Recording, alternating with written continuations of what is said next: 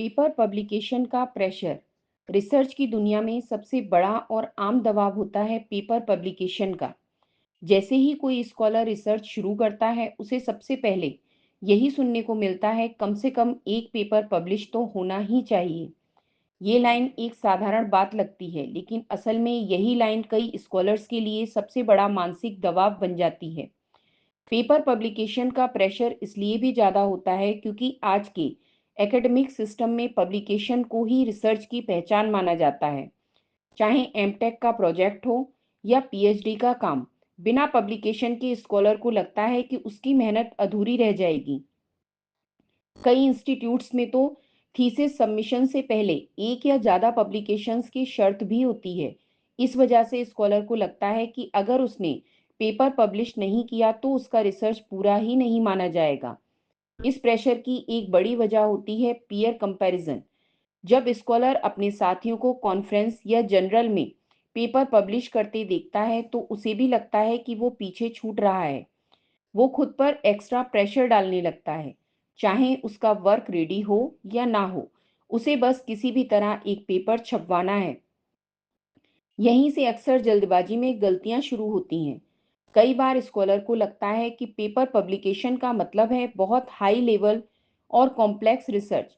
वो अपनी रिसर्च को कमज़ोर समझने लगता है और अंदर ही अंदर मोटिवेशन खो देता है। असल में हर रिसर्च को पब्लिश होने के लिए हाई इम्पैक्ट फैक्टर जनरल की ज़रूरत नहीं होती, लेकिन प्रेशर में आकर स्कॉलर ये सच्चाई भूल जाता है। एक और बड़ी समस्या होती है रिजेक्शन का डर। कई स्कॉलर्स पहले ही सबमिशन करने से डरते हैं क्योंकि उन्हें लगता है कि पेपर रिजेक्ट हो जाएगा। वो हर लाइन को बार-बार चेक करते हैं, ड्राफ्ट बदलते रहते हैं और फिर भी कॉन्फिडेंट नहीं हो पाते। ये डर कई बार उन्हें महीनों तक सबमिशन से रोक कर रखता है।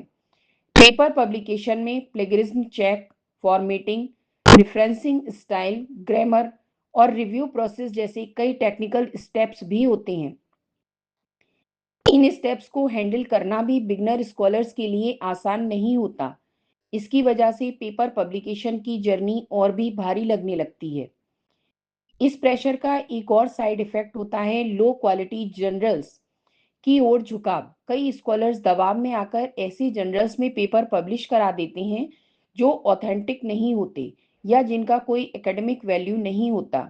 इससे ना सिर्फ उनका पेपर वेस्ट हो जाता है, बल्कि कभी-कभी फ्यूचर करियर पर भी असर पड़ता है। इस स्थिति से निपटने के लिए जरूरी है कि स्कॉलर पब्लिकेशन को एक प्रोसेस की तरह देखें, ना कि एक बोझ की तरह। शुरुआत में छोटे कॉन्फ्रेंसेस या लो इम्पैक्ट फैक्टर जर्नल्स में पब्लिश करना भी एक अच्छा कदम हो सकता है। इम्पोर्टेंट बात यह है कि स्कॉलर क्वालिटी वर्क पर ध्यान दे, क्वांटिटी पर नहीं। सबसे अहम बात यह है कि पेपर पब्लिकेशन को लेकर पैनिक करने के बजाय एक प्रॉपर प्लान बनाना चाहिए। पेपर को अच्छी तरह स्ट्रक्चर करना, सही जर्नल को चुनना और फीडबैक लेकर पेपर इंप्रूव करना एक मजबूत स्ट्रेटेजी है। पब्लिकेशन कोई एक रात का काम नहीं होता, ये धीरे धीरे बनने वाली यात्रा है। अगर स्कॉलर इस प्रेशर को समझदारी से हैंडल करे, तो यही पेपर पब्लिकेशन बाद में उसके एकेडमिक आइडेंटिटी की ताकत बन जाता है, डर नहीं।